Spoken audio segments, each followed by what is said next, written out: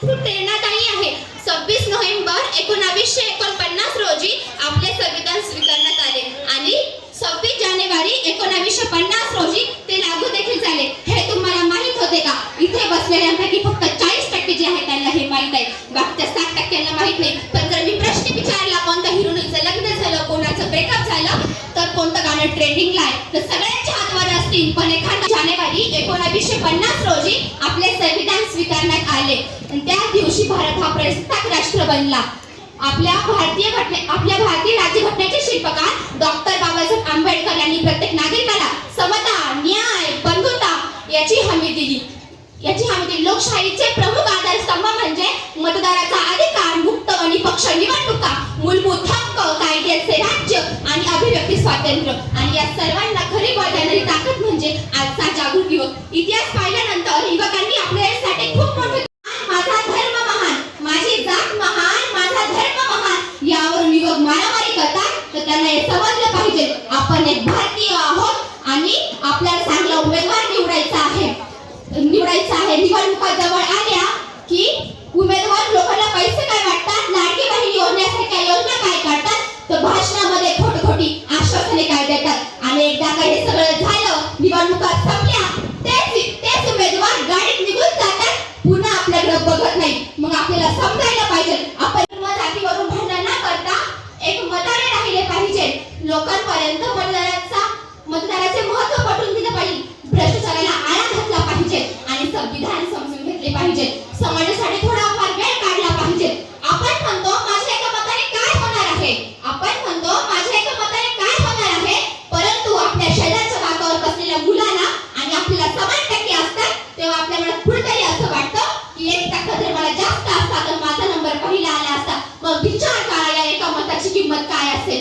आजचा युवक फक्त मोबाईल वापरणारा नसावा, तो विचार करणारा असावा, प्रश्न विचारणारा असावा. भारतातील लोकशाही जर मजबूत करायची असेल आणि सक्षम करायची असेल तर त्याची जबाबदारी जर कोणावर असेल तर ती म्हणजे आजच्या नागरिकांवर आणि विशेषतः तरुणांवर. मित्रांनो, भारत हा जगातील सर्वात तरुण देशांपैकी एक आहे आणि भारतातील मोठा वर्ग हा तरुणांचा आहे. त्यामुळे भारताचे भविष्य देखील तरुणांच्या विचारांवर, कृतींवर आणि जबाबदारीवर अवलंबून आहे.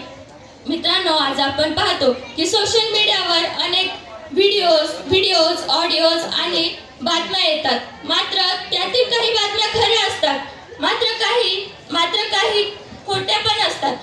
युवकांनी त्या बातम्या पडताळणी न करता पुढे पाठवू नये.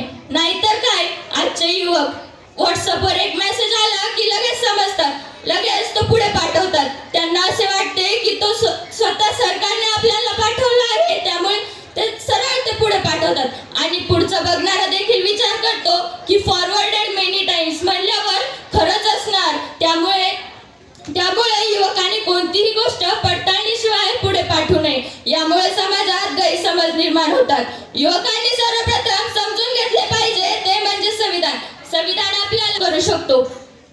मित्रांनो,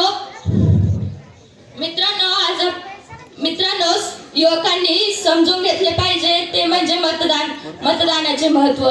मतदान हे फक्त जात धर्म या गोष्टीपेक्षाही जास्त विकास, समृद्धी आणि जनहित या विषयांवर असले पाहिजे. मित्रांनो, आजचा युवक कसा असला पाहिजे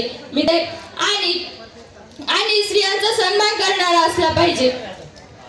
स्वार्थ नको, कर्तव्य हवे. भारताला सक्षम भविष्य हवे.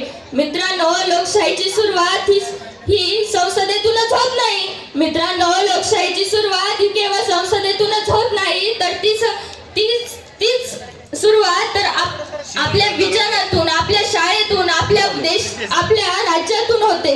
त्यामुळे लोकशाही मजबूत करण्याची जर भूमिका कोणावर असेल तर ती म्हणजे आजच्या युवकांवर.